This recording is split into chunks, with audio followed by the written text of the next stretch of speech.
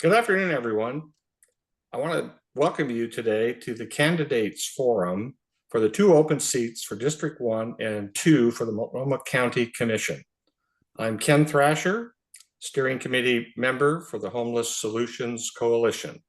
We appreciate your attendance for the forum.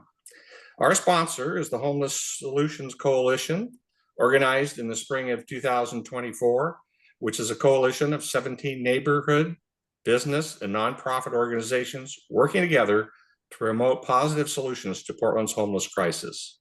We're being hosted today by the District 4 Coalition, made up of neighborhood associations. A big thanks goes out to Carl Hines, Diane O'Day, and Darlene Urban Garrett, who were so helpful in making this forum happen today. So why are we doing this forum? Portlanders consistently describe homelessness as the #1 problem facing the city and county. Hundreds of millions of Portland and county taxpayer funds are spent each year to address this humanitarian quality of life crisis. But many Portlanders are not aware that it is the Multnomah County Commission, not Portland City Council, which controls much of the policy and purse strings. The purpose of the candidate forum is to shine a bright light on homelessness and hear the 4 candidates take on what their take is on this issue. With the presidential race and City of Portland's new form of government getting the primary attention for the November 5th election, these 2 races, which we believe will have a great impact on our city and county, have been virtually invisible. We are doing this as an informational session and are not endorsing candidates. Today's forum is being recorded and live streamed on KON's site. Now it's my distinct pleasure to welcome our moderator for today's forum, KOIN TV's political director, Ken Boddy, who also hosts the acclaimed show, Eye on Northwest Politics. Ken will introduce the candidates and moderate today's forum. Thank you, Ken, for being here, and all the candidates as well. Thank you very much for inviting me to be a moderator for this forum. I look forward to a great discussion among our candidates. First of all, let me introduce the candidates, starting with Megan Moyer. She's a candidate for District 1. A native Oregonian, Megan Moyer has had a career both in public policy and a contractor who built affordable housing. She currently serves as Director of Public Policy for Disability Rights Oregon. Welcome, Megan Moyer. We have Vadim Mazursky, also a candidate for District 1. Vadim Mazursky immigrated with his family from Ukraine at age 7. He's an administrative law judge for the Social Security Administration and serves as president of the Goose Hollow Foothills League. Thank you, Vadim, for being part of this forum. Thank you, yeah.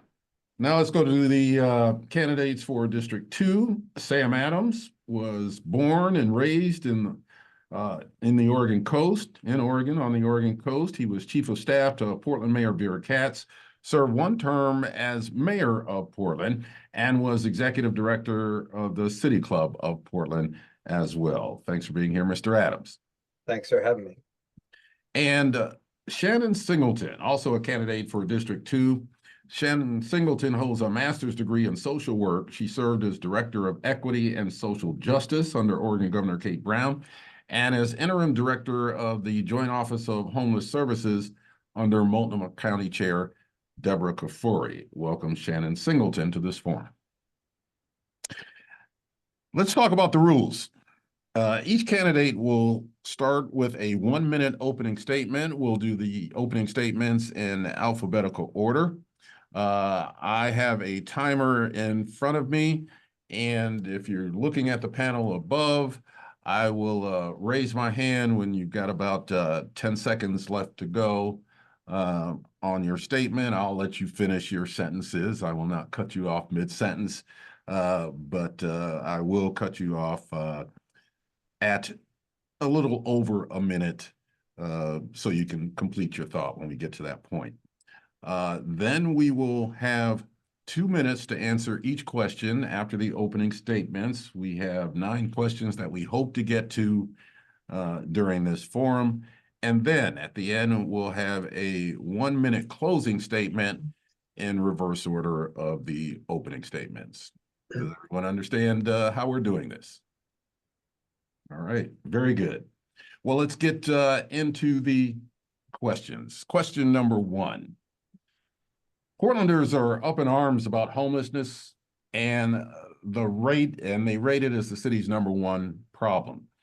Each of you has stated your commitment to ending unsheltered homelessness, but the measures of success used by the county focus on services provided, not in reducing and ultimately ending the numbers of unsheltered in Portland. How would you hold the county accountable for clear targets for reducing sheltered homelessness? Now, that is the first question. And I did say that I would give you, I'll let you think about that, but I'll give you your minute for opening statements right now. And we'll start with opening statements, again, in alphabetical order. Sam Adams, 1 minute. Thank you, everybody, for joining this forum, and for those that put it on, and for you, Ken, for moderating. I'm running for Multnomah County District #2 because, especially on the issue of homelessness, the county lacks focus, it lacks urgency, it lacks good partnershiping, and it lacks accountability. We are spending between Home Forward, between the city of Portland and Multnomah County, upwards of $700 million for homelessness, mental illness, for substance abuse disorder, and for affordable housing. And yet we're not getting near enough the value from that massive amount of money. And so I'm running to functionally end homelessness, that there's no more people coming into homelessness that are exiting it. Thank you very much, Mr. Adams. Our next opening statement comes from Shannon Singleton. Thank you. So I'm running for Multnomah County for District 2 because the county is the largest social service agency in the entire state of Oregon. And I'm a trained social worker with over 30 years of experience on the front lines of the top issues that the county seeks to address, not just homelessness, but also our healthcare, both physical health and behavioral health care, as well as looking at our role in safe communities. So I'm really looking to jumpstart that transition and that transformation that's long needed at the county, and move forward from the politics of old that we've been stuck in, where people are pointing fingers at each other instead of stepping forward in collaborative leadership to move solutions for the communities that we serve. Thank you. Thank you very much as well. Our next opening statement comes from Megan Moyer. Hi, I'm Megan Moyer. I'm running for Multnomah County Commission in District 1 because I love Portland and Multnomah County. It has been such a wonderful place for me and my family, but we are experiencing a crisis right now. And I felt called to run because I was not seeing the county successfully address some of the significant barriers to our chronically homeless being able to be successfully housed, and that is the unmet mental health and addiction needs.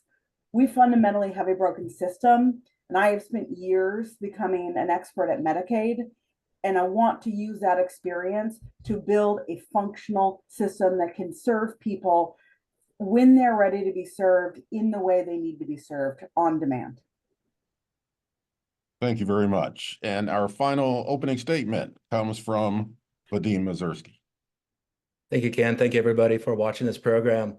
My name is Vadim Mazursky, and I'm running to be your next Multnomah County Commissioner for District 1 because our county is at an inflection point. There's a lot of positive things on the horizon. We have Music Portland providing free concerts downtown. Foo Fighters and Green Day brought 30,000 people to Goose Hollow. The Arts District in Old Town is evolving, and we're going to have a new PSU or Keller Auditorium in the OMSI area will be revitalized. On the other hand, we're going through tremendous difficulties, one crisis after another: housing emergency, homelessness crisis, crime, methamphetamine and fentanyl crisis.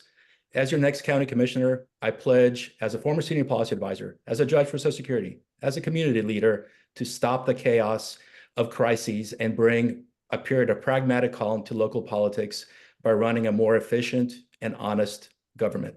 Thank you. Thank you very much. Now we'll get into the questions. I jumped ahead a little bit and gave you the first question, but I'll repeat it as we get the answers from you. You'll have 2 minutes to answer. Portlanders obviously up in arms about the homeless crisis. They rate it as the city's #1 problem. Now, each of you has stated your commitment to ending unsheltered homelessness, but the measures of success used by the county focus on services provided, not in reducing and ultimately ending the numbers of unsheltered in Portland. How would you hold the county accountable for clear targets for reducing unsheltered homelessness? And we'll start with Megan Moyer, 2 minutes. Yeah, I think one of the fundamental problems we've had is how we measure success. And I totally agree with the concern that services delivered are not necessarily a measure of success. One of the things that I'm proposing is to have the Joint Office of Homeless Services adopt a criteria that we are holding ourselves accountable to that measures success at increments. Because I don't think success is getting somebody into a shelter for one night. I think that that's a first step. I think it's an important first step, but we also need to ask ourselves, are we then moving them closer to a more stable setting? And so I want this county and the city to start measuring success by, did we engage somebody in services? Where were they in 6 months? Where were they in 12 months? And where were they in 24 months? Because ultimately, we need to set our goal that within 24 months, somebody is in a long-term, permanent setting in which they will be successful. And I think that's incredibly important for being able to then create unique strategies by different types of populations. What's right for a family experiencing an economic crisis is a different path to success than a person who has been chronically homeless, who has a severe mental illness, and will have a very different path to what is their best permanent outcome. And I think one of the issues is not differentiating strategies and being able to really look at somebody's situation and finding the path for success for them. I think we've gone too broad, and it's time now to be able to get more specific in a strategy. Thank you very much. Appreciate that answer. We will go to Mr. Mazursky next. So obviously, we've been heading in the wrong direction. In 7 years, the Joint Office of Homeless Services went from a budget of $45 million to $400 million. During that time, homelessness actually increased by 50%. Deaths on the street have increased by 400%. Overdoses on the street have increased by 500%. And murders on the street went from 4 in 2017 to 2022, 26, 650% in the course of 5 years. What we need to do is make sure that we understand where all this money is going, because it's not going to solve the problems that we have. And so I'm calling for a forensic and a performance audit of the Joint Office of Homeless Services, so we know who's getting funded, what they're doing, and what the successes are, and make sure we fund the success and not fund the failures. I've already sent a letter with over 100 signatures to the chair of the county commission asking for exactly that. The Eco Northwest is doing an external audit for that very same reason. We know our money is being misspent, but it'll take them 3 years because our county commission is not working with them to open the books. We need to make sure our county commission does that, because once we understand what's working, what's not, we can better fund the services that are working and make sure we have the metrics in place, which is getting people off the streets and into services and not leaving them to die on the streets. Thank you, Mr. Mazursky. Mr. Adams. So again, I think we need a North Star. I think the ideas of audit, the idea of segmentation to achieve an overall goal makes sense, but we need an overall goal. And again, I believe our overall goal needs a functional end to homelessness, which means that we're not seeing any additional homelessness on occurring, then people are leaving homelessness, and that homelessness is rare and brief.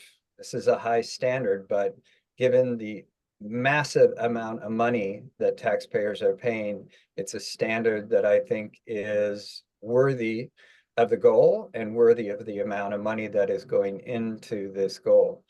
I would add to this the notion that we have one care system so that people experiencing houselessness don't have to go from 4 to 6, sign up for 4 to 6 different sort of care tracking systems, that we have an annual report for the joint amount of money, and that the $700 million be budgeted in a unified fashion. We appoint a homelessness czar to pull this all together, and that it includes an independent audit of joint efforts.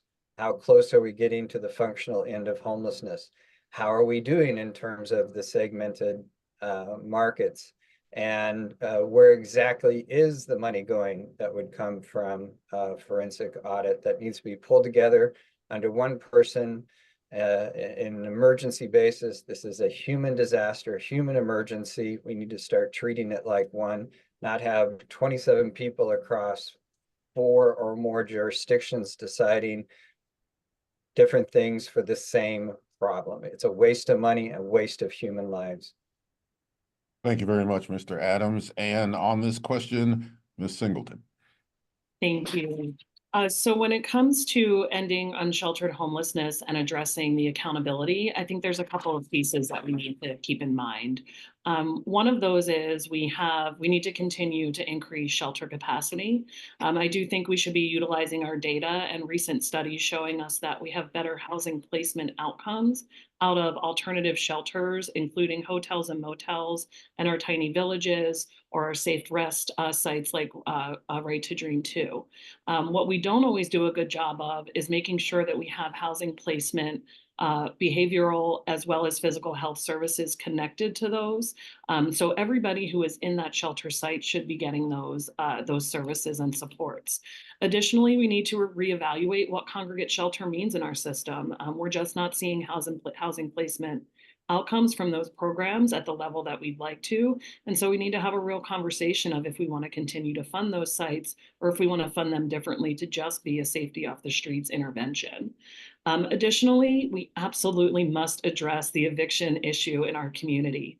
A study last week by Portland State showed that some of our highest evictors are affordable housing developers, and we have got to work with them to close that gap and make sure that we're not continuing to churn people back out into homelessness. Once somebody resolves their homelessness and they're safe inside, we got to keep them there. Not only is it better for them and reduces trauma, but it's cheaper for us as taxpayers. And then lastly, I would add that we can't just focus on shelter. We've got to close the gaps in our jail system. It is a revolving door where people go in and out of jail and back to the streets. We have got to connect to them. They're touching the county. We should bring services to them while they're touching the county. And there's gaps throughout our system that are those types of things that I would like to see us close. Thank you. Thank you very much. Let's go to question number 2. Cities across the country, especially in the West, have complained bitterly about a federal court decision restricting a city's ability to eliminate unsheltered camping. The U.S. Supreme Court recently struck down this decision, but Oregon is still restricted by House Bill 3115, enacted in 2021. That directs that public camping can only be outlawed when adequate shelter space is available or when camping violates, quote, reasonable restrictions. Do you support modifying or revoking HB 3115? And if so, how? We'll start with this question with Mr. Mazursky.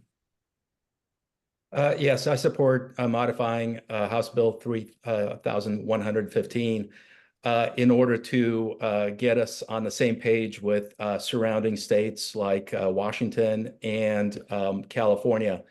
I actually came across an interesting quote today that I'll read to you directly. This is from Mayor Breed in San Francisco. They're actually enforcing laws in accordance with the Supreme Court standards that have overturned the Grants Pass decision, which bound our abilities to address camping on the streets, especially campers that people who refuse to go to shelters. This is what Mayor Breed said. We are going to be very aggressive and assertive in moving encampments, which may even include criminal penalties. The problem is not going to be solved by building more housing, Breed added. Thank goodness for the Supreme Court decision. So our House Bill 3115 is based on that old Ninth Circuit decision that was overturned by the Supreme Court. I'm very curious to hear what my opponent says about that, but I personally think that we need to be on the same page with surrounding states and enforcing our laws.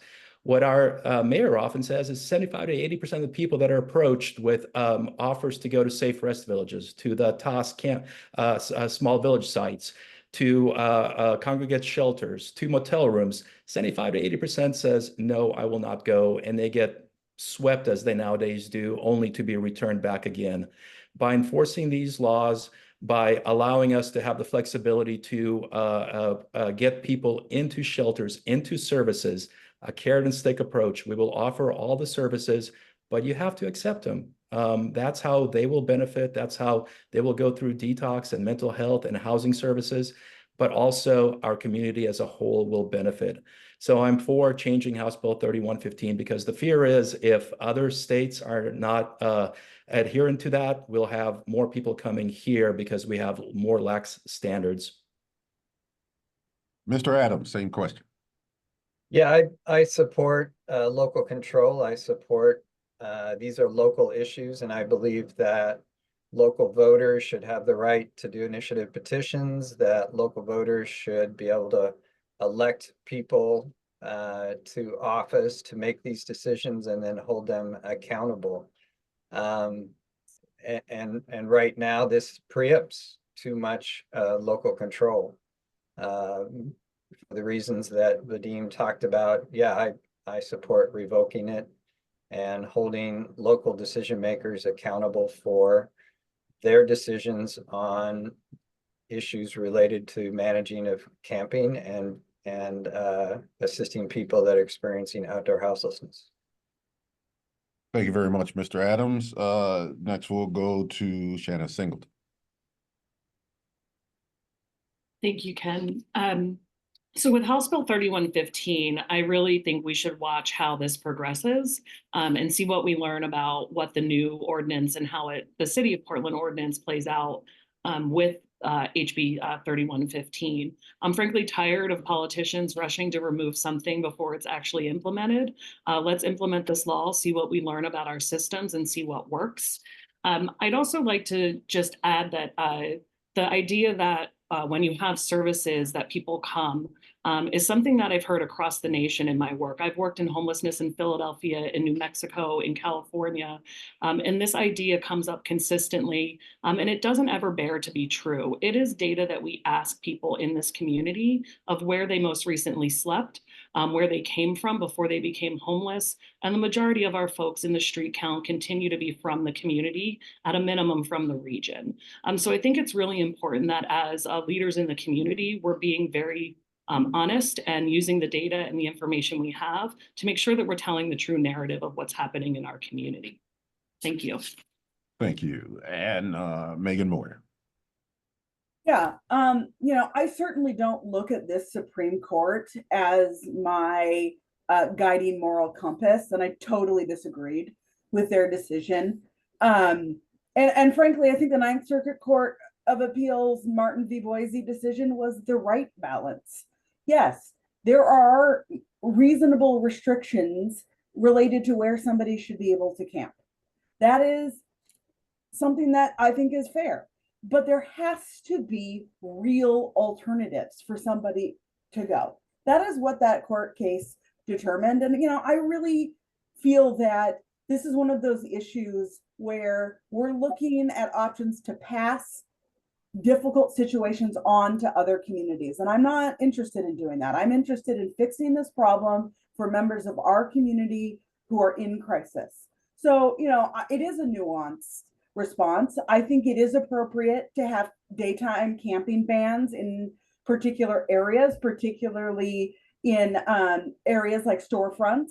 But I also think that people have to have a place to go. And there are rational reasons why somebody would say no to a congregate setting somewhere. And honestly, we need to be real about, is it appropriate to mix certain communities?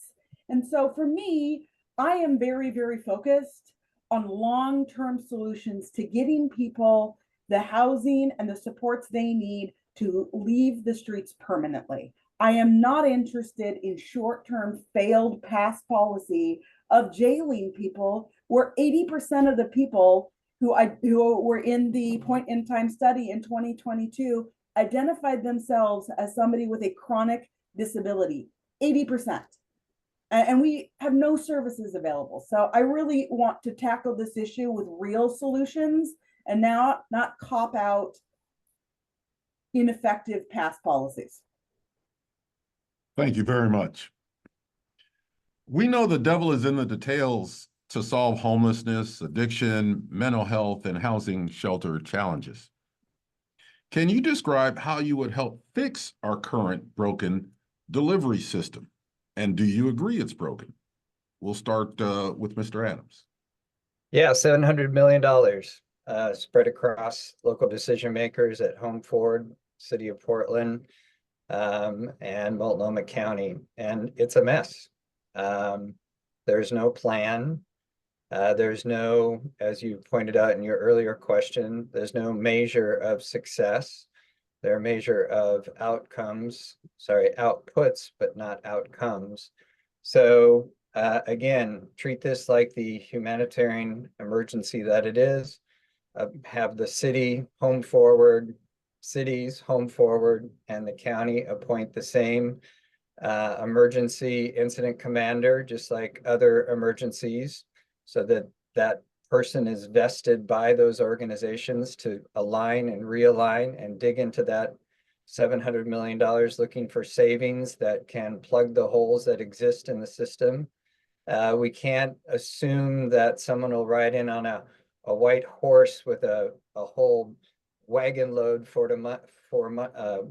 new money to fix this. We've got to do better with the ample resources that we already have. And I've talked about some of the other areas. I mean, we're talking about a deflection center, sobering center, and then what's after that? Well, $700 million is a pool of money we can dig into. On the issue of, if I could just comment on the sort of past dialogue, there's an aspect of this. I mean, Portland has 80% of the Tri-County homeless population. We're about 44% of the Tri-County population. Tri-County homeless population is about 80%. We're about 44%.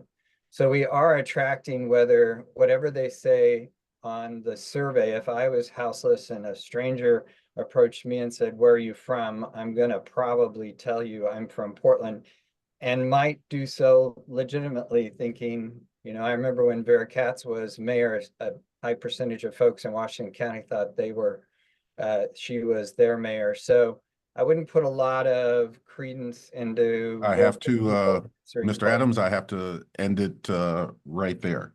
But we definitely understand your point that the city of Portland is bearing the brunt of the homelessness issue. Let's go to Shannon Singleton for that same question. Thank you. So yes, I do think the delivery system is broken in a couple of different places. How we currently fund homeless services is, if you come to my shelter, you get a caseworker with me. If you leave my shelter, you don't keep that caseworker. I would like to see us shift that model where the worker actually follows the person. So if that person is in shelter, on the streets, in jail, in hospital, in a treatment center for addiction, that their worker is still connected with them and following them through the system to help get them back into housing. We have people starting over multiple times just to try and resolve their own homelessness, and that is clearly not effective. Additionally, I think we have far too many office-based services. We've got to get mobile.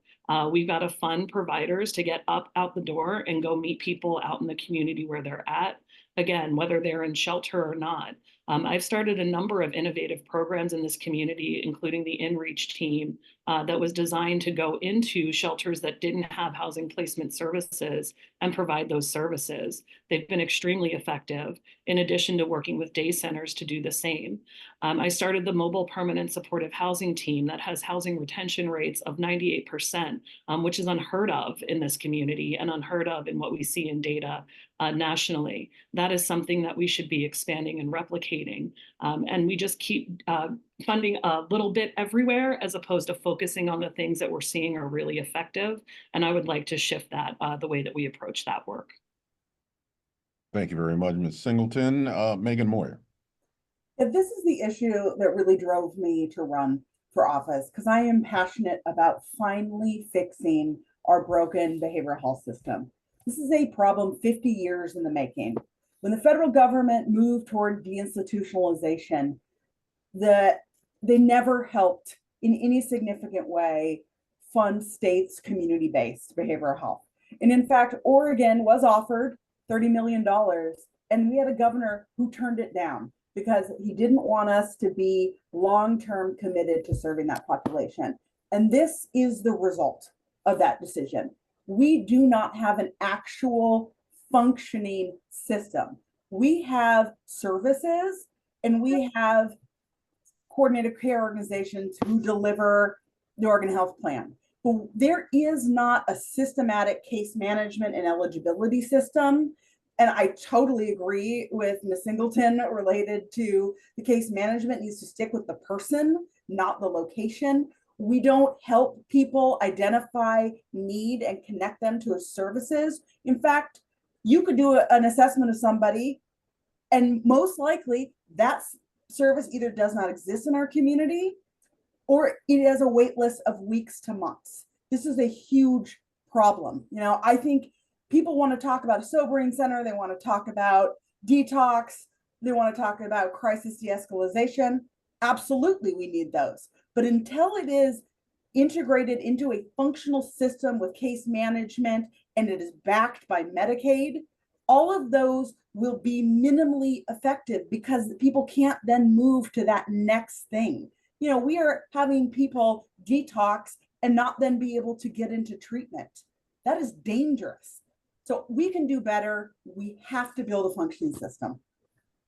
Thank you very much. And last on this question, Mr. Mazursky. Yeah, so my opponent did a decent job at identifying the problems. Well, here's the solutions. The solution is we need to implement a by names list so we actually know who is on the street and what kind of services we need to deliver to them. Let no one say we need more money and more services. We have plenty of money out there. We're just not connecting the people living on our streets in the tents who are often moving around to those very services. And part of that is Built for Zero, a program that's worked in other places in the country, a program that our county says that they will implement, but they've taken years and still not.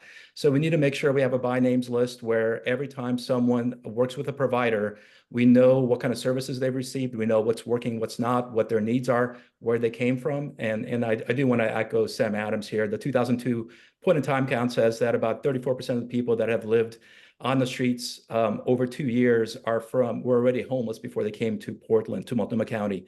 In the last 2 years, this was 2022, so since the pandemic, 69% were homeless before they came to Multnomah County. So we saw an increase during the pandemic, and we have not wrapped our minds around the policies to make sure we address that influx. We need to coordinate with the service providers. Right now, the Joint Office of Homeless Services is great at pushing money out the door.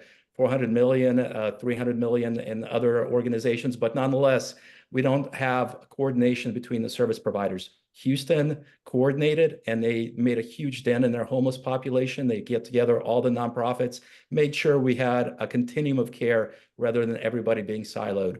We are still siloed. The people that are here together that work with all these organizations will admit to that because they've actually flown the person from Houston that organized for the government of Houston to make that happen. But guess what? Our county is not picking up the ball and running with it in that respect. We need to get sure people working together so we get people off the streets, into shelters, into housing. Thank you very much. Moving on to the next question. As more affordable housing is built, how would you also approach workforce training and employment needs for those transitioning out of homelessness and addiction and mental health treatment? There's an example of the Broadway corridor, planning at least 230 affordable units. Where do these individuals get jobs or mental health treatment once they get the housing? And we'll start this with Shannon Singleton. Thank you, Ken. So when it comes to workforce training, this is something that I am a big proponent of. The county currently puts dollars into workforce development, but it is completely disconnected from our homelessness and our anti-poverty systems. So I would really like to see that connection happen so that we might be subsidizing somebody's rent for a couple of years while they're able to move through training, whether that's one of the family wage union jobs and going through those apprenticeship programs, or it's working with our providers like Work Systems Inc. to get training for a different type of job so they can actually move out of poverty. This has been a disconnect that I've seen for quite some time, and I continue to ask for us to make that connection in the county. I think you'll see in the Burnside Bridge program that some of the workforce development investments there will be going explicitly to try and make this connection between anti-poverty programs and workforce development. I think we have a great opportunity with the infrastructure projects in this region to really get a number of people trained and into that workforce pathway that they can be working on Interstate Bridge, Rose Quarter, Broadway Corridor. We've got the Burnside Bridge as well. So we have a lot of opportunity here to leverage investments that will be coming from these types of programs, these types of projects to help people move into these family wage jobs. Megan Moyer.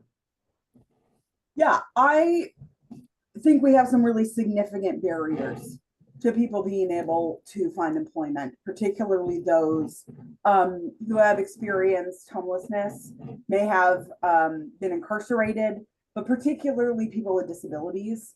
There are several reasons I think that we have really struggled to employ people with disabilities, some of which are frankly some disincentives and federal benefits around how much somebody can work before they lose things like their Social Security. And for many of the clients that Disability Rights Oregon sees, it's not just Social Security they're worried about losing, but it's also their health care through the Oregon Health Plan. You know, certainly we need to continue to support reform efforts at the national level to not disincentivize work for people with disabilities, but also I think the way that we run vocational rehabilitation, which is a state service that is supposed to help people with disabilities become employed, is way too office-based, not at all connected with the other services that people are receiving, and frankly, I don't think has a very good track record.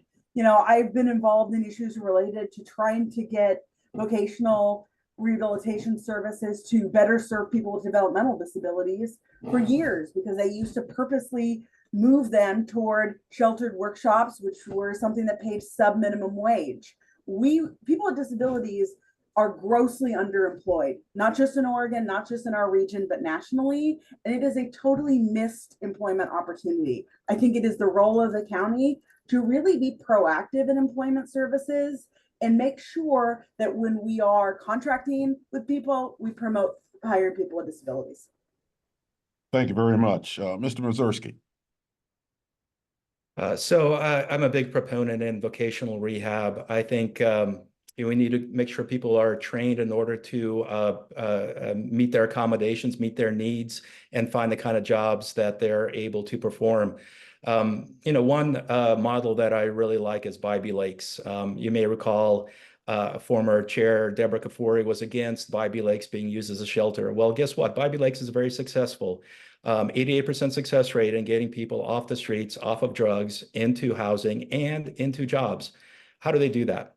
Well, when it's good habits. When people go to Bybee Lakes, not only do they get drug addiction treatment, but they also are linked with jobs in the community over there, the Amazon warehouses, those sort of places, and they learn those good habits.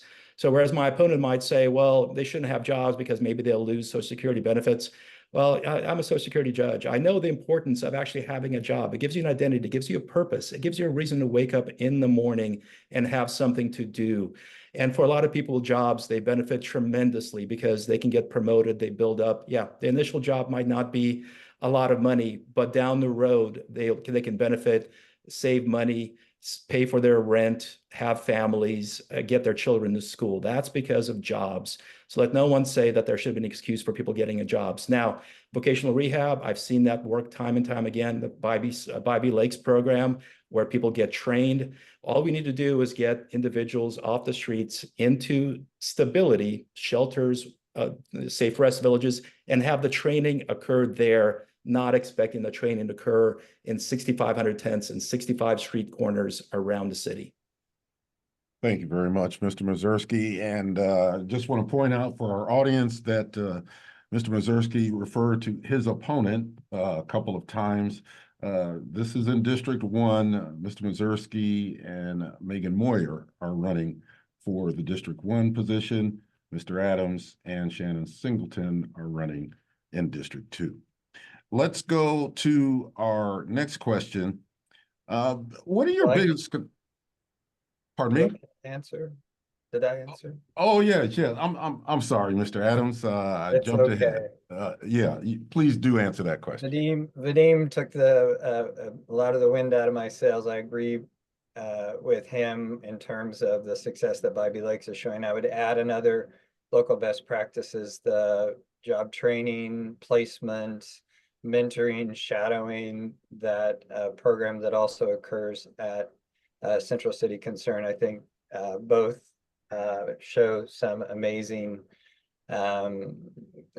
outcomes. Part of the vision for the temporary alternative shelter sites is also, though, in addition to those great programs, and there are a few others out there, and they need the resources that we can get from the $700 million to grow and expand that to other sites.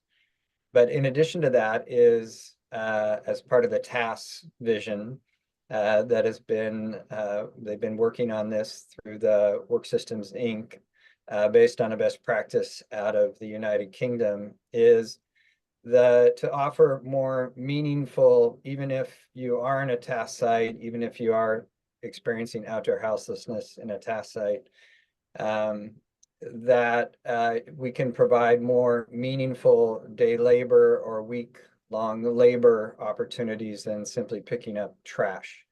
And that's going to begin to roll out as the TAS sites get up to about 3 of them established, as a way to give, again, as Vadim said, that sense of purpose and connection to other folks.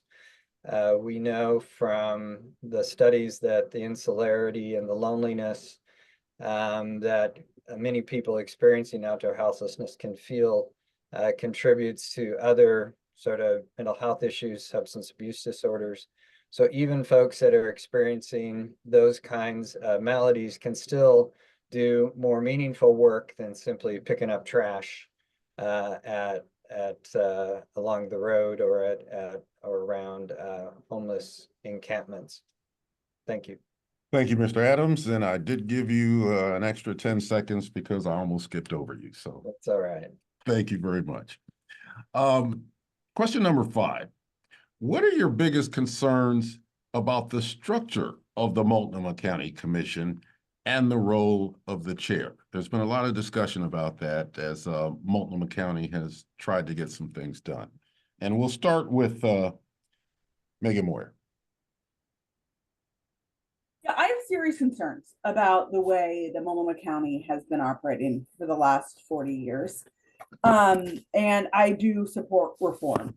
First of all, I think it's really important that we have an appropriate separation between the executive role of the chair and the legislative role of the commission. Yes, the chair sits and is a voting member of the commission, but should not be the presiding officer of that commission. And I think that that has really limited the dialogue and the open, transparent debate over policy. So I do support a reform to the way that the county is operating in order to allow for commissioners to bring issues to the agenda and to not have them be removed. And I think that will benefit the county in many ways. One, I am hoping that it allows for a lot more open discussion and a lot more public input.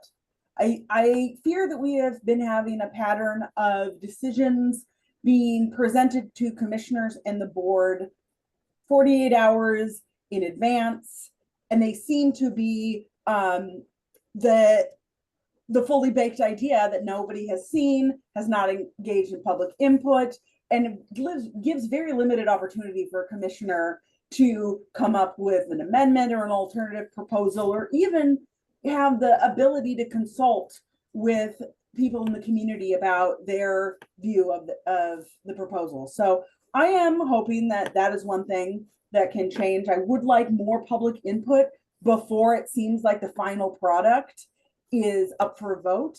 But I also really think some of the budget issues need to be addressed, and we need to measure the success of the programs the county is funding. Thank you.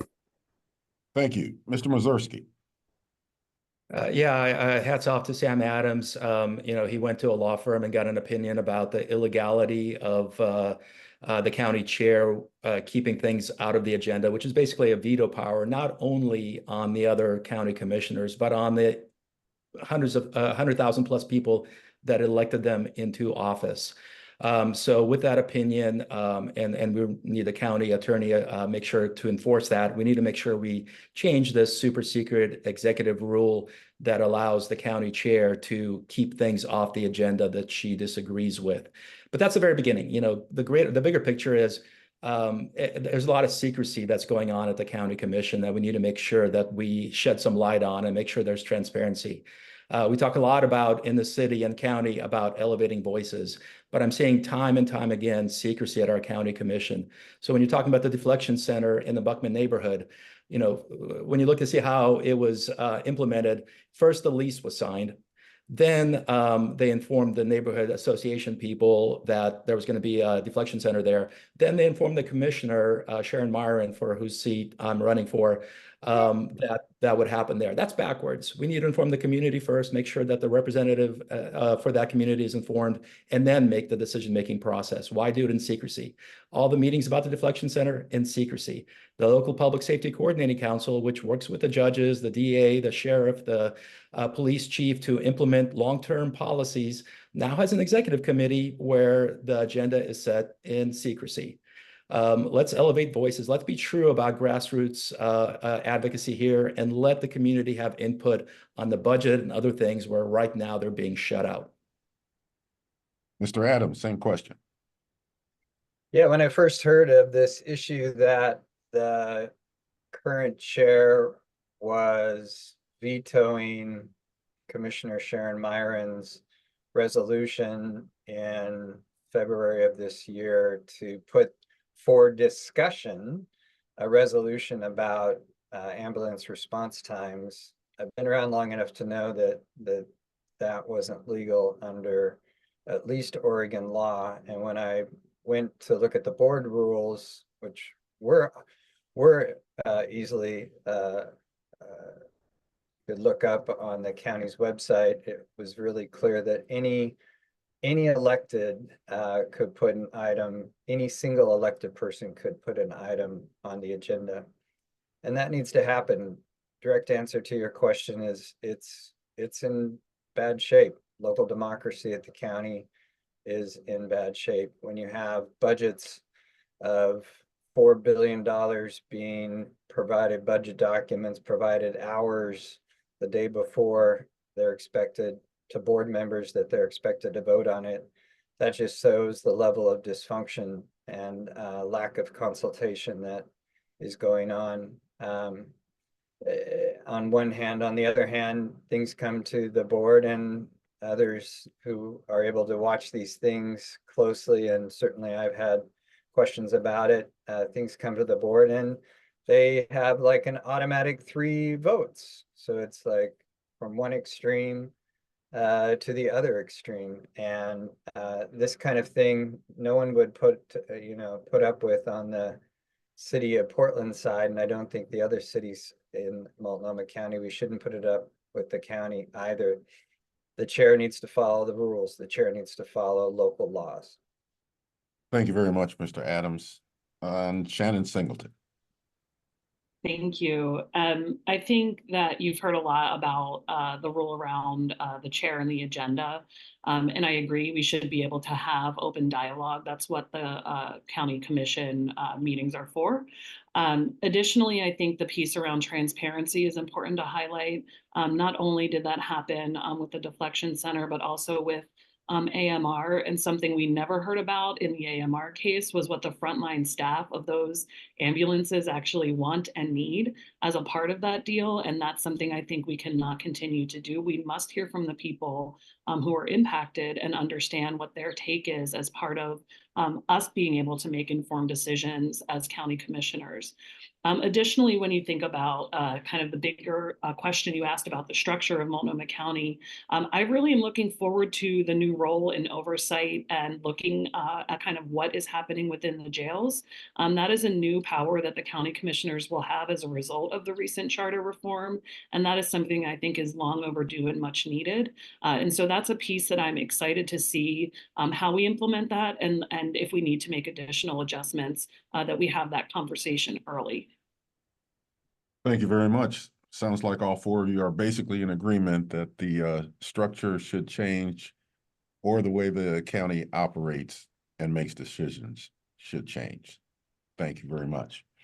Number 6, with the city of Portland's ban on camping and the recriminalization of drugs under House Bill 4002, how do you see the city and the county working together to ensure compliance with these changes in policy, including enforcement measures?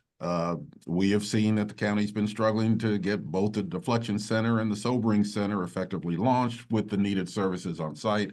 That was addressed in one of our previous questions. But how do you see the city and the county working together to ensure compliance with the changes that were instituted in HB 4002? And we'll start with Mr. Mazursky. Well, I mean, the first step is electing county commissioners that actually believe in enforcing the laws as passed by city council, and that are supported by people who are living in Portland, Multnomah County. It's unfortunate to hear from my opponent that she would not want to enforce the camping law, which is, we're trying to enforce here in Portland and is certainly being enforced in California and other places around the country to good results. San Francisco seeing a decrease in homelessness while they're enforcing kind of similar laws that we're trying to enforce here. So we have to live as an example, which is if there's laws, we can change them, but we shouldn't be saying we don't want to enforce them because of morals or otherwise. We shouldn't elevate ourselves above the people that pass those laws. Now, within LIPSIC, the Local Public Safety Coordinating Council, we have the judges, we have the DA, we have the county chair, we have a representative from the city, we have the police, the sheriff. That's where we need to focus and making sure everyone's on the same page. And that hasn't happened in recent history, but that's where we need to work, because when we see people with 50 pounds of fentanyl being released back on the streets, that's not necessarily a DA or public defender. That's a judicial problem as well. The standards that they set, that's a sheriff's problem as well, jail policies. So we need to make sure people are on the same page. And so I will be at those meetings talking about what the policies are. As a judge, as a lawyer, I can make the policies that actually work for us and work for people living on our streets. Thank you very much. And since Mr. Mazursky addressed Ms. Moyer's points directly, I'm going to have Megan Moyer go next. We're going to go slightly out of the order that we've been going. Yeah, I don't think that was an accurate description of my view. I think there is a huge difference between arresting somebody because you ban all camping everywhere, which is not what the Portland statute says, versus a daytime camping ban that is, people are asked to leave, they can get up and go, they're given alternatives. I would like to see some additional alternatives placed. I have long supported and believe we desperately need a drop-off center for people either to sober, or a crisis de-escalation center for people experiencing mental illness who may not fully understand what's going on at that moment. Would I prefer dropping them off there to jailing them? Yeah, I would prefer that. If somebody is refusing to move, they physically can move. It is a daytime camping ban. and they choose not to get up and leave, I think it is okay to enforce that. This is about a nuanced approach. I think we have to be clear that there are competing interests and we have to make decisions that make sense. But I'm also going to be very real that when you arrest somebody who has a substance use disorder or is experiencing severe mental illness and they go into the jail population, that creates unique risk for them and the people around them and the staff. And frankly, we're in a crisis in our jail right now. We have had such a horrible amount of turnover with our medical staff and others that I am very nervous about what happens when you increase the jail population with people with sometimes severe behavioral support needs.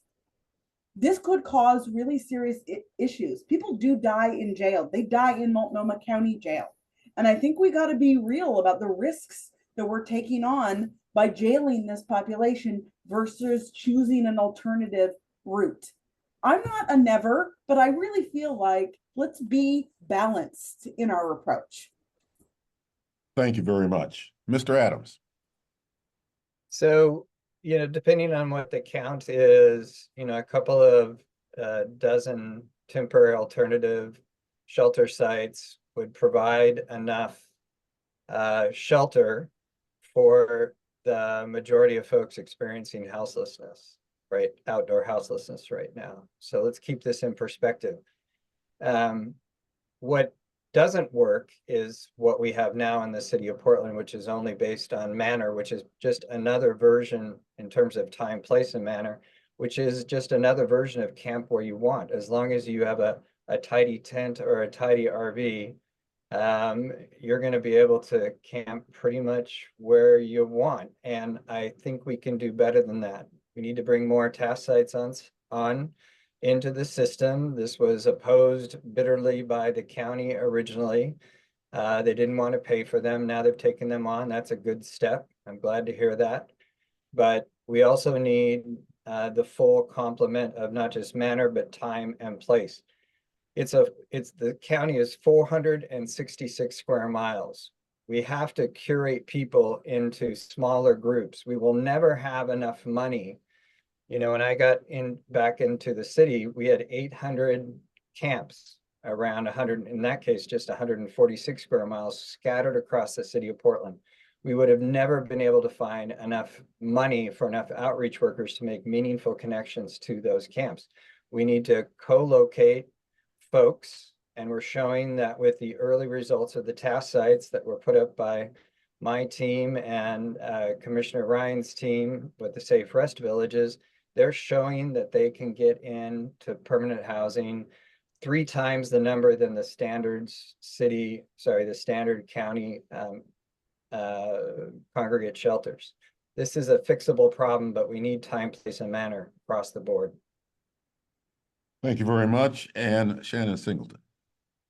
Thanks, Ken. So I'm going to come back to your question, which was about House Bill 4002 and the city and county being able to work together. And I think we really need to look at how are we, it can't just be deflection, right? We're deflecting to what? We have to have that bigger continuum of care for folks.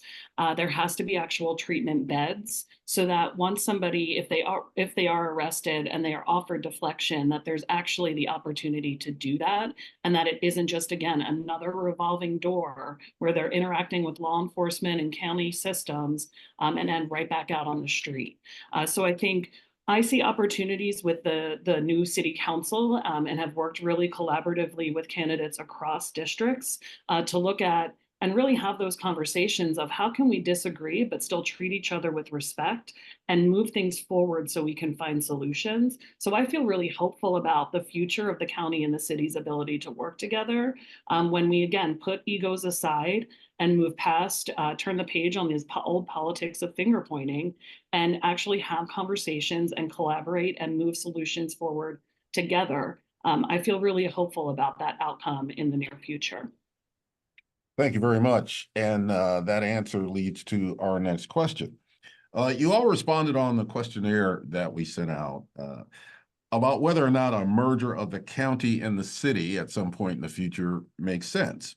Now, considering the large sums of funding and their uses needing oversight, also the challenges of the two parties working effectively together on common solutions and common problems, can you expand on your yes or no answer? This is about potential or possible merger of the county and the city, especially when they're dealing with similar issues. So, Mr. Adams, we'll start with you and start with telling us what your answer to that questionnaire was. Yes, to a merger. If not right away, then eventually, and both organizations working to get on literally the same set of systems, have these, have the county actually take the lead with an incident commander, a homelessness czar, that has the ability to organize things within county government, and then to also that same person appointed by the city as its cities plural as their houselessness czar. And we don't have to wait for a merger for some of the benefits of what a merger would yield. There's going to, having worked on this issue when then Multnomah County Chair Bev Stein and then Portland Mayor Vera Katz proposed a merger. To do this well and to be fair to the staff and to come out of the merger process with more than 1 + 1 = 2, we need to get the state legislature to change some laws. And then there's also consultation with the other cities within the county that, at least back then, had no interest in merging with a merged city of Portland and Multnomah County, and need to work with them to figure out what their future would be. Thank you very much, Mr. Adams. We'll go to Ms. Singleton next and give us what your answer was about whether the merger of the city and the county makes sense, and then you can get into your answer to the overall question. Yeah, so my answer was I think it's a great idea, and that it's something I think you just heard from Sam hasn't been talked about in quite some time. So I think there needs to be intentionality. The details do matter. So it can't just be a yes, this is a great idea, let's do it. But how do we actually do it thoughtfully and intentionally? All right, thank you very much. Ms. Moyer. Yeah, I'm a no.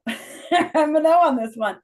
And largely, one, because I don't know how that is fair to the other cities of Multnomah County, which have their own very unique communities and needs. And I worry that their needs would be really overshadowed if Multnomah County merged with the city. Also, I really think that the constituency is very different and the work is very different. And I think that influences who gets elected and what their priorities are to the county versus the city. You know, the county really, its primary role, it does have other ancillary services, but it delivers human services largely in cooperation and coordination with the state of Oregon. And that is a very specific way that Oregon has chosen to decide to deliver many state-funded services to seniors, people with disability, mental health and addiction, public health. And so the way the county operates and the way that it has a unique relationship with the state is different than the way the city operates and what the priorities of the cities are. If you look at, you know, who's maybe not this group of candidates, but traditionally who's drawn to wanting to run for the city versus those who want to run for the county, I would have no interest in working for the city of Portland. They do incredibly important things, but I have a passion and expertise for delivering human services. I'm drawn to that. I have a lot of expertise in working with the state and our federal partners on how we do that and what our flexibility are. And honestly, I think that that's important to have that at the county. And I think the city's priorities are different, and that's okay. We should have people who have expertise and passion for that. Thank you very much. Mr. Mazurski. I'm a yes. I'm not running to represent the interests of Gresham. I'm running to represent the interests of District 1. And I hear from a lot of people that they want something that works, even if that means merging the city and the county together. What we're seeing right now is a failure at the county on many levels, which is costing our city government hundreds of millions of dollars a year, which is increasing our 911 response times, increasing our firefighter response times, increasing our ambulance response times most recently until they settled that mediation. So we need to make sure that we work. And for me, if it means saving lives, if it means the prosperity of Portland and the greater Multnomah County area, I'd love to put myself out of a job and vote to incorporate the city and the county together so that we can actually work together, plan together better, have a synergy of services, save money, be able to fix those potholes, all those hundreds of millions of dollars that we're spending on Safe Rest Villages, TOS sites because the county's failing us.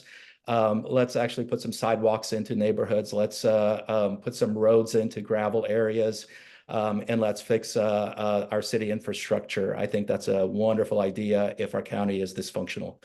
First, let's make it functional, but if it can't be, I'm all for making it one entity. Thank you very much. The housing first strategy often leaves out the wraparound services that residents need. And that means recidivism back to homelessness in a lot of cases. How would you revisit this strategy or change it to be more effective, including having safe places to live? Let's start with Shannon Singleton. Thank you, Ken. So this one, I just want to say, if Housing First programs are not doing wraparound services, they're not Housing First programs. It is the integral core of that type of service. And so we're not truly doing it if we don't provide those wraparound supports. But listen, what I believe in is what works. I know that the path back into housing for some people goes through shelter. For others, it goes through detox and treatment services. And for others, it goes through a direct placement into housing. I've worked in all of those programs on the front lines, and I've had success with people retaining their housing through all of those models. And I think Megan maybe mentioned earlier, there's a component of day center that we don't talk about much, but I've also operated and started housing placement services out of a day center as well. We just need to bring those supports to the placement. And again, when we think about retention, it's not even just housing first placements that that need that retention services. It is our folks who are moving into our affordable housing portfolio. I really implore folks to look at the study at PSU. We have an eviction problem in this community, and we are never going to end homelessness in this community if we continue to see people return back to homelessness over and over again. So we have to really think about, as a county, how are we keeping people inside? Again, I'll say it's cheaper and it helps reduce trauma for folks. So we have got to spend time focused on that component of our system and actually address the changes that are desperately needed there. Megan Moyer will be the next one to answer this question.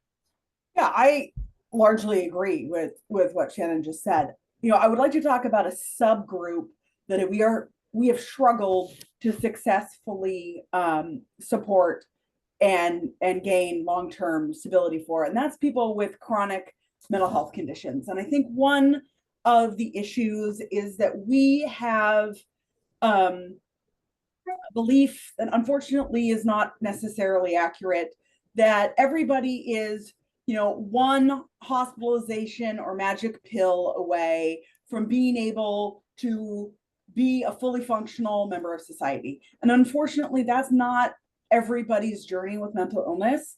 And as people experience mental illness through the course of their lives, especially if they've not been able to access continued services and treatment, their level of long-term ability to be self-sufficient drops per psychosis. And so we now have about 30 to 40% of our severely mentally ill population, even at their stable, aren't able to take care of themselves. And we keep trying to put them in settings that demand a level of being able to navigate services that they're simply not capable of doing. And that is where I have been really passionate about talking about the need to expand long-term services like we do for seniors and people with physical and developmental disabilities to people with chronic persistent mental illness who now have reached a level of disability in which they need a pretty intensive level of support. And I have said, I think we can do this without increasing cost because we can prevent unnecessary hospitalizations and incarcerations if we keep people treated successful in community. Thank you very much, Mr. Mazursky. Yeah, the difficulty right now is we're leaving people on the streets with very serious drug addiction, mental illness problems. So we can't even tell right now how many we can help with, as my opponent said, the magic pills. Medications do work for a certain subset of people. Detox works for a certain subset of people. Those people will not need wraparound services, but we're leaving them on the streets to suffer and die while we talk about how we can expand services down the road. Again, my plan is to get individuals off the streets into shelters, triage them, provide them mental health services, drug addiction services. For those that works, then we put them into long-term housing. Once again, we have $400 million plus $300 million at Home Forward, $700 million for about 6,500 people living in the streets. We can house everybody if that was the only problem, if money was the only problem, but the services are a big deal. And we need transitional housing. So I was very discouraged when the county wouldn't join partnership with a private organization that had office space that they were willing to convert to 80 transitional beds. So that when someone has detox, when someone has stabilized with their mental health, they have a place to go that's not the streets. It would have cost the county about $7 million, I think is what they asked them. The county said, no, we need those 80 beds. We need that transitional housing so we can evaluate people and see whether they fit into permanent housing, if they need those wraparound services, if we can stabilize them. And that's what I'll make sure happens. Thank you very much. And Mr. Adams. We need a unified approach.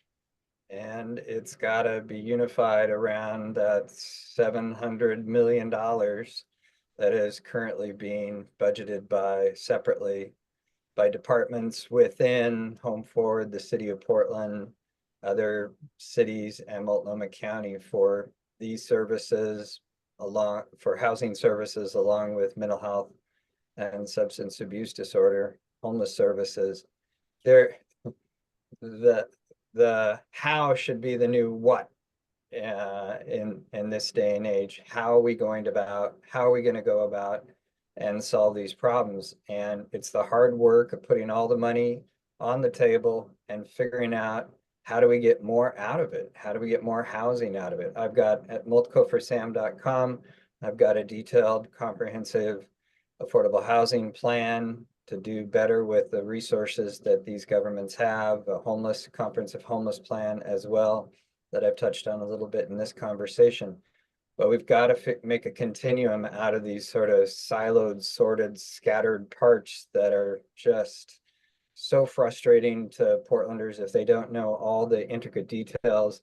They know intuitively they're paying a lot of money and not getting a lot of results. And the people that are really hurt, of course, the worst are those that are the most vulnerable. The waiting list to get into housing is 5 to 10 years. Thank you very much, Mr. Adams. Now, as we get, we're doing really well on time here. So we'll get to our last question, which is kind of a softball question, but we want to give you the opportunity to answer one of those. If elected, what are some of the unique talents that you will bring to your leadership role as a Multnomah County Commissioner? And of course, our overall theme is solving the homelessness crisis in Portland and Multnomah County. And we'll start with Megan Moyer for that. Yeah, I think one of my unique talents is that I'm a policy nerd. That's not necessarily the most exciting talent, but you know, some people get really excited about sports. I get excited about policy, particularly Medicaid. And I love to figure out how to get the federal government to pick up the tab for services. That is what I've done a lot of my career. I helped write our long-term care, our Medicaid long-term care state plan, which it got us an additional 7% federal match, and it became an entitlement for people with disabilities. I've been intimately involved in the design of the Oregon Health Plan under CCOs. I was part of Governor Kitzhaber's healthcare transition team when he came back into office. You know, I work closely with people like Representative Nose around what changes we're going to make. I've advocated for massive changes at CMS related to how we prioritize what conditions we cover. That nerdiness is actually really needed right now, because we need to be able to figure out how to build sustainable systems. I worry very much that the services we're putting in place will be gone in 10 years if we do not figure out a way to sustain those services long term. And we are going to need our federal partners to help us fund that. And so I think it's time for a nerd. I think we need to get in there and do some hard work. Mr. Mazursky. Yeah, I'm a good listener. And I think that's what we need right now in our county commission. People that would listen, understand what the issues are, create good laws and good policies, and make sure that people are represented and their voices are heard. You mentioned I'm the president of the Goose Hollow Neighborhood Association, also a coalition of neighborhood associations. It's up to 29 neighborhoods now. I talk to a lot of people. You know, I'm at the farmers markets, I'm at the street fairs, asking them, what do you feel about our government? What changes would you like to see? If you were in charge, what would you do? And you learn a lot that way. So when I talk about these policies around homelessness and what we can do, it's because I've talked to Ellen Evans at Bybee Lakes. I've talked to Lance Orton at City Teams. I've talked to the executive director of Here Together. And, you know, and that's not just talking. That's not me telling them what I think. It's asking them what they're seeing, what the successes are. How can we grow that success? And that's what I'll do in the county commission. I'll listen. I'll make sure voices are heard. I'll be out in the community, and we'll get things done that way. Thank you very much. Mr. Adams. I would say my experience with dealing with very large bureaucracies, almost always well-intentioned, and the budgets that come with them. I have experience and an interest and a passion for what works. And in issues like this, it's what works better than something else often, what does not work, and what's the return on the investment that we're making. So budgets, bureaucracies, taking on big, gnarly, difficult problems, bringing people together and getting real results. That's what I would say I uniquely can bring to this job. Thank you very much.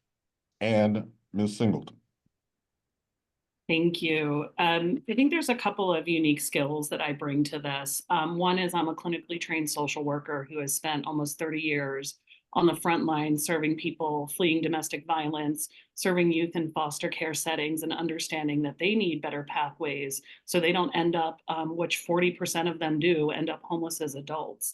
I also am coming with what I like to call facilitating to decisions. While in Governor Brown's office, she deployed me to do things like negotiate the compromise that we got to on the Rose Quarter Improvement Project. I've been that person who can show up and really help move things forward in a collaborative way. And I think that that facilitation work, that ability to really continue to move things forward and not get stuck in process, but also to center the people who are most impacted. When I think about my work and think about the policies that we are implementing, we've got to hear from folks on the front lines, both those who are impacted and receive the services we have, but those who are the workers in our jails that we contract with, and understand what their needs are and how we can better the system to serve this community. I think additionally, I've had just an awesome opportunity in Governor Brown's office to really redevelop what our budget process looked like for the state, and wrote a guide for our state agencies to really fully engage community to better inform what we were budgeting for. I think similar reforms are needed at the county, and I have the experience of doing that at an even larger bureaucracy that I can bring to implement in Multnomah County. Thank you very much. We have now gotten to the point in this webinar where we are going to closing statements. So you get 1 minute for closing statements, and we are going to do this in the reverse order that we did the opening statements. And so that means that we start with Mr. Mazursky. You have 1 minute for a closing statement. Well, thank you, Ken, for hosting this, and thank you everybody online that's listening.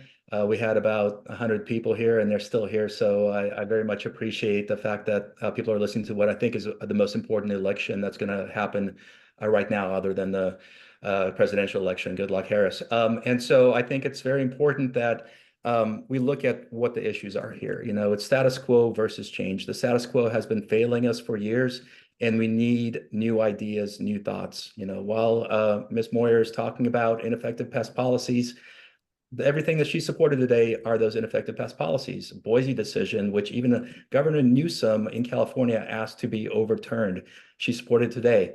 Allowing people to camp without enforcing camp laws, supported today. More Medicaid money, more time, more policies. That's our failure for the last 10 years. House Bill 4002 deflection, saying I'm nervous about putting people in jail and the risks for them instead of an alternative route.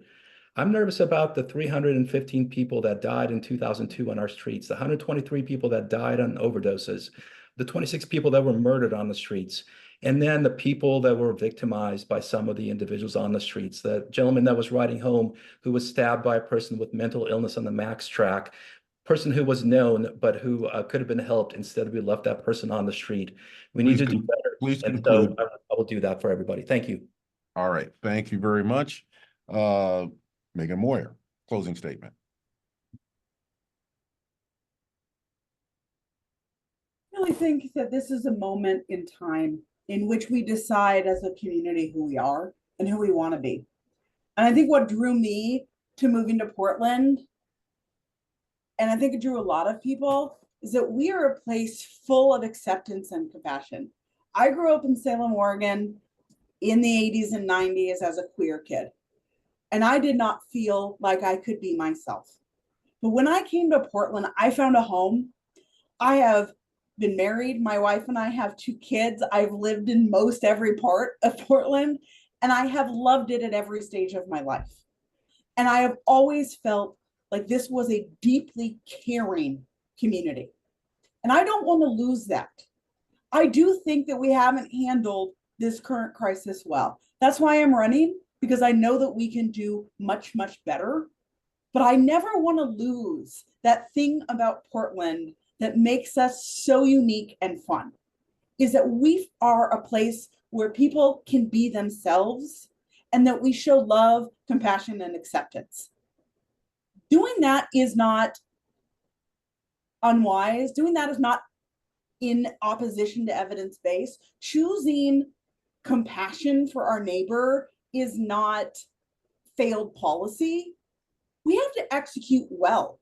We've done a poor job, I'm gonna be honest. We've had a total lack of accountability, totally agree, but it does not mean compassionate approaches don't work. And Okay, I don't want to give up on that. I have to cut you off right there. Thank you very much. Shannon Singleton, your closing statement. Thank you. And thank you all and all the viewers for watching today, and those who will watch the recording later. Just appreciate the attention to these races.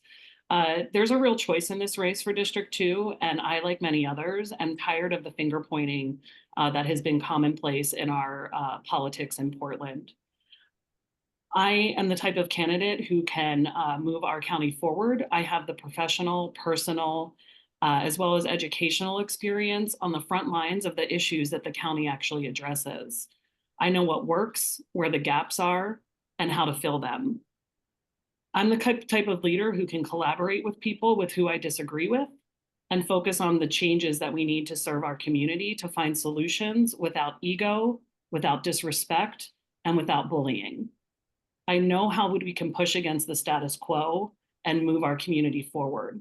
I'm ready to do that from day one, and I'm ready to do that for District 2 as well as the county as a whole. Thank you. And thank you. And as we bring this webinar to a close, I want to thank all 4 candidates for Multnomah County Commission. Yeah, and, I didn't get a chance. And Mr. Adams, I almost did it to you again. Yes. Incredible, apparently. Yeah, you take your time and you get your closing statements. So I'm going to be steely-eyed focused on that upwards of $700 million that's currently being budgeted in a scattershot way. We need a unified houselessness czar that can bring order to the work in the county and between the county and cities and state and Home Forward.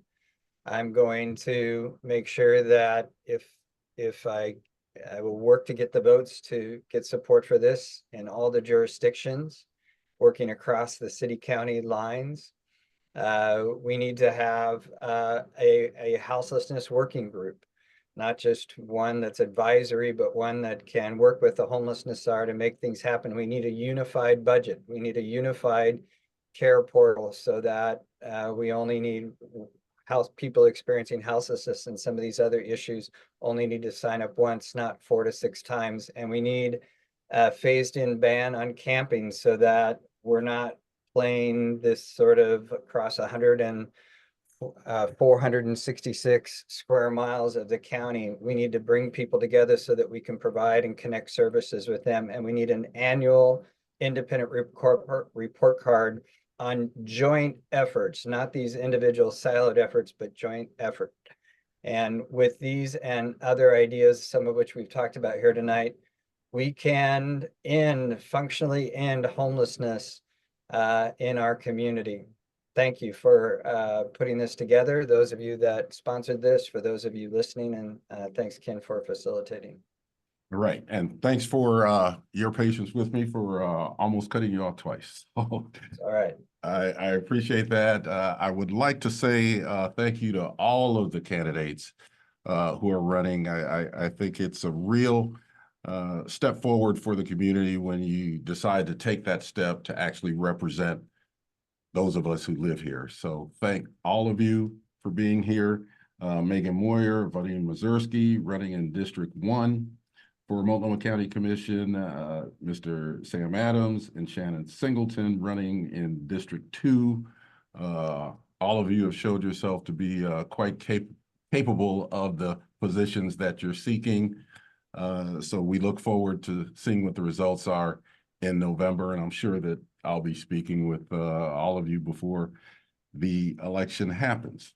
I'd like to thank the District 4 Coalition of Neighborhood Associations for hosting the event, Revitalize Portland, as well as the newly formed Homeless Solutions Coalition, made up of 17 neighborhood, business, and nonprofit organizations who have joined together to find solutions to Portland's most pressing challenge. So thank all of you for being a part of this, and thank you for inviting me to moderate. All of you watching, have a good evening, and thank you very much for being here. Thanks, everyone.